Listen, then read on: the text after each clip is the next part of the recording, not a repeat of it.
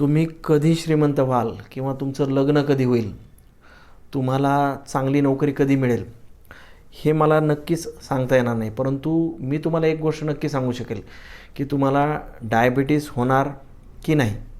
आता मधुमेहाचं निदान होण्याच्या आधी किमान 5 ते 6 वर्ष आपल्या शरीरामध्ये काही बदल होत असतात. याच बदलांना इन्सुलिन रेझिस्टन्स असं म्हणत असतात. यामुळं शरीर काही विशिष्ट सुरुवातीला लक्षणं दाखवतं की जी तुम्हाला सावध करण्यासाठी काही इशारा देत असतं. त्यामुळे वेळेच सावध व्हा, मधुमेह होऊ शकतो. आजच्या व्हिडिओमध्ये मी तुम्हाला या लवकर ओळखता येणाऱ्या काही लक्षणांबद्दल माहिती सांगणार आहे.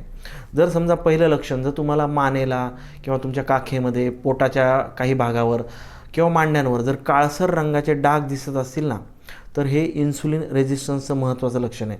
तुमच्या शरीराचा किंवा तुमच्या कमरेचा जर घेरा वाढत असेल, पुरुषांमध्ये जर 94 सेंटीमीटरच्या कमरेचा घेरा जास्त असेल आणि महिलांमध्ये जर 80 सेंटीमीटरपेक्षा जास्त असेल, तर त्यामध्ये सुद्धा तुमच्या शरीरामध्ये फॅटचं डिपॉझिशन वाढत आहे आणि डायबिटीसचा धोका तुमच्यामध्ये नक्कीच वाढतो आहे. दुसरी महत्त्वाची गोष्ट, तुम्ही कितीही झोप घेतली, आराम केला, तरी दिवसभर तुम्हाला थकल्यासारखं वाटत असेल. विशेषतः खाल्ल्यानंतर जर प्रचंड तुम्हाला आळस येत असेल, झोप येत असेल, तर हे सुद्धा एक डायबिटीस होण्याचा एक महत्त्वाचा संकेत असतो. सतत काही ना काही खाण्याची इच्छा होत असेल, गोड खाण्याची तुम्हाला प्रचंड तलफ होत असेल, तर याचा अर्थसुद्धा तुमच्या रक्तामधली साखरेची पातळी असंतुलित आहे असं समजून घ्या. जर तुम्हाला सतत तहान लागत असेल, दिवसातून अनेक वेळा लघवीला जावं लागत असेल, तर हा देखील रक्तातली साखरेची पातळी अनियंत्रित असल्याचा एक इशाराच आपल्याला असतो. तर ही लक्षणं तुम्ही वेळेतच ओळखा आणि सावध व्हा.